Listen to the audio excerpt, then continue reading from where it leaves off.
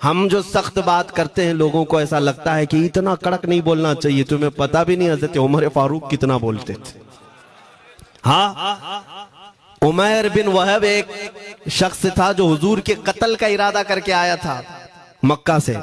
Safwan नाम का एक और शख्स, उमैर नाम के दो लोग हतीम काबा में बैठकर मीटिंग करके आए। क्योंकि सफवान का बाप जंग बदर में मारा गया था, उमैर का बेटा जंग में कैदी होकर हुजूर के पास कैद था।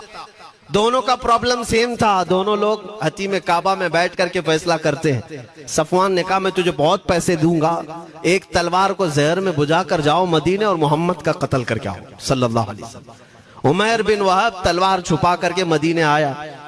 लेकिन जिस वक्त वो आया, हजरत उमर फारूक चंद सहाबा के साथ मस्जिद नबवी के बाहर खड़े थे। देखते ही उसकी गर्दन में जो है ये गमछा डाला, रुमाल, और कहा खुदू हादल कल, पकड़ो इस कुत्ते को। ये हजरत उमर की जुबान से निकलेंगे। कहते हैं पकड़ो इस कुत्ते को। यही वो है जो बद्र के अंदर मैदान बद्र में मक्का वालों को भड़का रहा था जंग पर हुजूर के खिलाफ। यहाँ मदीने में आया है, पकड़ो इसको। हजरत उमर बाहर ही सब कर देते, लेकिन कहा कि मैं हुजूर से पूछ के आता हूँ इसका करना क्या है। मेरे आका के पास गए, कहा या रसूल अल्लाह, वो शैतान कुरैश आया है, कुरैश का शैतान आया है उमैर बिन वहब, और मुझे लगता है वो बुरी नीयत से आया है।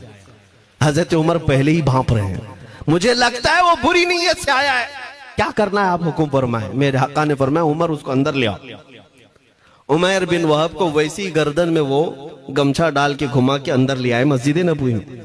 हुजूर ने पूछा, हजरत उमर से कहा छोड़ दो उसको। जब अंदर आया तो पूछा हुजूर ने, क्यों आए उमैर? अब वो झूठ बोलने लगा, कहा मेरा बेटा आपके पास कैदी है, खैर खैरियत पूछने के लिए आया और क्या है। मेरे आका ने फरमाया सच सच बताओ क्यों आए हो। उसने फिर कहा मैं अपने बेटे की खैरियत मालूम करने आया हूं, और क्यों आया हूं। हुजूर ने फरमाया खैरियत मालूम करने आए तो तलवार लेके क्यों आए हो। उसने तलवार दिखाने के लिए फेंक दिया। कहा इस तलवार का क्या होना है। तलवार तो हमारे पास बद्र में भी थी, लेकिन पता आप ही के साथ थी। बड़ी बड़ी बातें करने लगा। मेरे आका को जलाल आया और कहा उमैर वो बात क्यों नहीं बोलते जो तुम सफवान के साथ काबा के हतीम में बैठकर करके आए हो।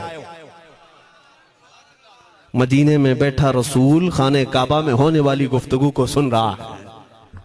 दूर और नजदीक के सुनने वाले वो काने लाले करामत पे लाखों सलाम। ये हदीस मौजूद है, सही हदीस है। इसी हदीस के तर्जुमानी करते हुए हम तो यह अकीदा रख ही सकते हैं ना, हम यहाँ से पुकारें वो वहां से सुने, मुस्तफा की समाअत पे। हाँ, यह अकीदा बरेली वाले का जो है वो अपने पेट का अकीदा नहीं, ये सहाबा का अकीदा है। मेरे अजीजों, जब मेरे आका ने फरमाया वो बात बताओ जो हतीम काबा में करके आए हो, अब थर थर थर कांपने लग गया। इससे इस रसूल से क्या छुपाएं जो हतीम काबा में तन्हाई में होने वाली मीटिंग को भी जानता हो। कहा अब मैं क्या बताऊं जब आपको सब मालूम है। अब मैं जो कहना चाहता हूं वो ये है, अशहदु अन्नका मुहम्मदन रसूलुल्लाह, मैं गवाही देता हूं कि आप मोहम्मद अल्लाह के रसूल हैं सल्लल्लाहु अलैहि वसल्लम। ईमान ले आए। अब सुनिए मेरे अजीजों, ईमान लाने के बाद हुजूर पाक सल्लल्लाहु अलैहि वसल्लम ने तलकीन फरमाई कि अब इस्लाम पर कायम रहो, ईमान पर बरकरार रहो। कत्ल करने के लिए आया, मेरे मुस्तफा का गुलाम बन गए। अब उसके बाद हजरत उमर क्या कहते हैं। हजरत उमर जो गमछा गले में डाल के अंदर लाए थे, अब गले में हाथ डालकर बाहर ले जाते हैं। और बाहर जो साथी खड़े थे उन सबको मुखातिब करके कहते हैं लोगों सुनो। हजरत उमर के अल्फाज सुने। कहते हैं थोड़ी देर पहले ये जो शख्स तुम देख रहे हो, मुझे खिंजीर इससे अच्छा लगता था। अल्लाह, ये लफ्ज भी है, वल्लाही इन्नी लअहब्बु खिंजीरन मिन हाज़ा। कहते हैं कि इससे बेहतर मैं खिंजीर को समझता था क्योंकि ये दुश्मन रसूल था। लेकिन अब सुनो ऐ लोगों, अब मेरे सगे बेटे से ज्यादा मुझको ये अजीज है, इसलिए कि मेरे आका का गुलाम।